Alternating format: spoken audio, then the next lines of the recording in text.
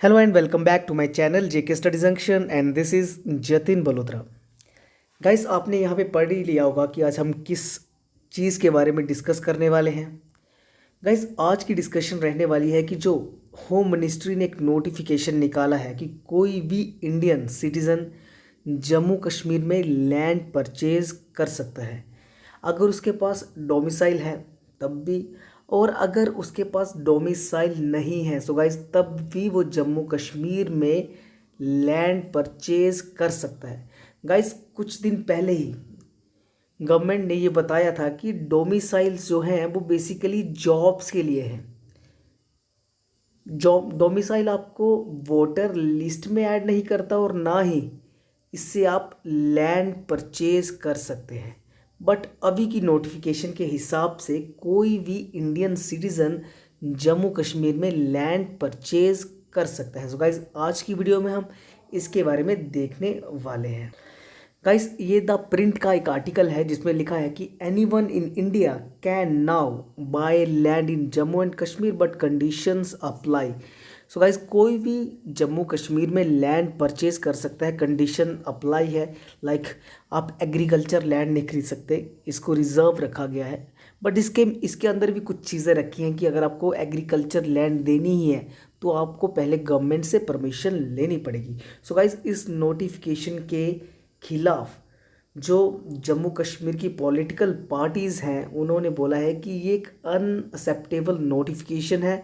इससे जो small land holding farmers होंगे गाइस उनके ऊपर काफ़ी बड़ा इम्पैक्ट पड़ने वाला है।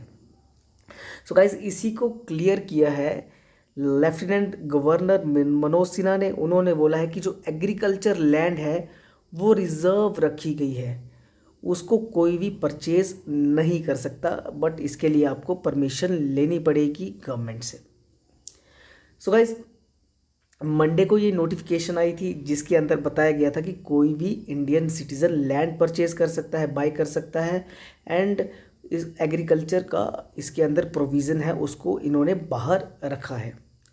और गाइज आपको पता है कि जब 370 टूटी थी तो उस टाइम पे एक जम्मू एंड कश्मीर रीऑर्गेनाइजेशन एक बिल आया था 2019 जो एक्ट बना था जिसके तहत जम्मू कश्मीर को बाइफरगेट किया था इनटू 2 यूटीज़।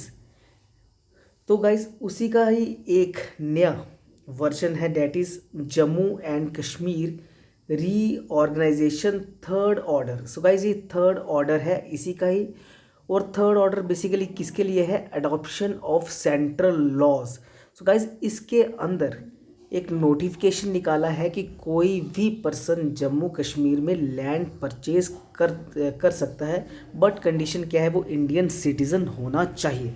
सो गाइज ये किसके अंडर ला रही है गवर्नमेंट? गाइज ये ला रही है Jammu and Kashmir reorganisation adoption of central laws third order 2020 के अंडर इसको लाया जा रहा है।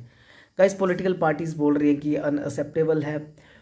और गाइज एक चीज़ और बोली जा रही है, मैक्सिमम लोगों का कहना है कि इससे जो इन जम्मू कश्मीर की इकोलॉजी है, इन्वायरमेंट है, इस पर काफ़ी इम्पैक्ट पड़ेगा।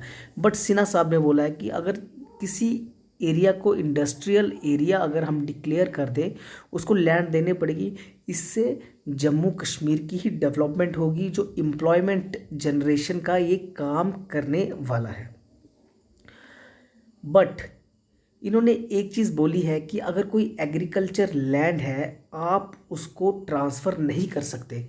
अगर आपको एग्रीकल्चर लैंड को ट्रांसफ़र करना है तो आपको गवर्नमेंट की परमिशन, गवर्नमेंट से अप्रूवल लेना पड़ेगा। कई बार होता क्या है गाइस कि जैसे मेरी एग्रीकल्चर लैंड है तो मैंने क्या कर दिया? सेल कर दी, बेच दी, या मैंने गिफ्ट दे दिया किसी को, या मैंने किसी से एक्सचेंज कर ली। सो गाइस अब आप ये नहीं कर सकते।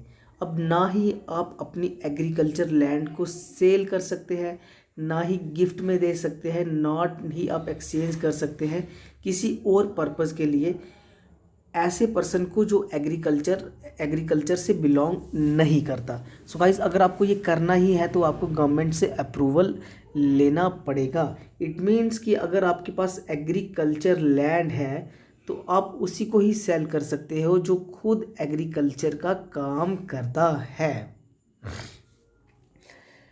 और गाइस, अगर कोई अपनी एग्रीकल्चरल लैंड को नॉन एग्रीकल्चरल लैंड में कन्वर्ट करने की कोशिश करेगा तो गाइज उसको एक वायलेशन माना जाएगा इस एक्ट की। फॉर एग्जांपल, अगर अगर आपकी एग्रीकल्चर लैंड है, वहाँ पे आपकी कुछ फॉरेस्ट है, तो अगर आप उसकी डिफॉरेस्टेशन करते हैं तो गाइज ये सब इसके खिलाफ होगा।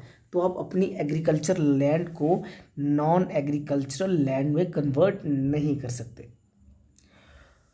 और गाइज, इसके अंदर ये चीज़ बोली गई है कि जो इकोलॉजिकल सेंसिटिव जोन्स रहती हैं गाइज, उनमें ये चीज़ें अप्लाई नहीं होगी और ऐसी कोई भी परमिशन नहीं दी जाएगी कि आप इन एरियाज़ पे लैंड नहीं खरीद सकते। So guys, ecological sensitive zone में आप लैंड नहीं खरीद सकते। और गाइज, इसमें ये भी दिया गया है कि जो फ्यूल एंड फॉडर के लिए जो लैंड हम यूज़ करते हैं, जैसे अपना चारा वगैरह को ग्रो करने के लिए जो लैंड होती है गाइस, उसको भी आप नहीं सेल कर सकते। अगर आपको ये करना ही है तो आपको डिस्ट्रिक्ट कलेक्टर से परमिशन लेना पड़ेगा। और गाइस, मैंने अभी आपसे बात करी कि आप एग्रीकल्चरल लैंड को सेल नहीं कर सकते, उसको आप गिफ्ट नहीं दे सकते, एक्सचेंज नहीं कर सकते किसी के साथ।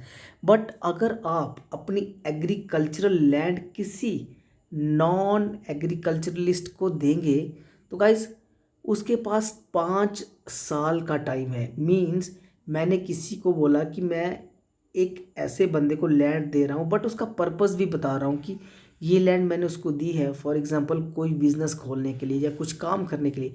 तो गाइज उस बंदे को 5 साल के अंदर ही वो स्टार्ट करना पड़ेगा।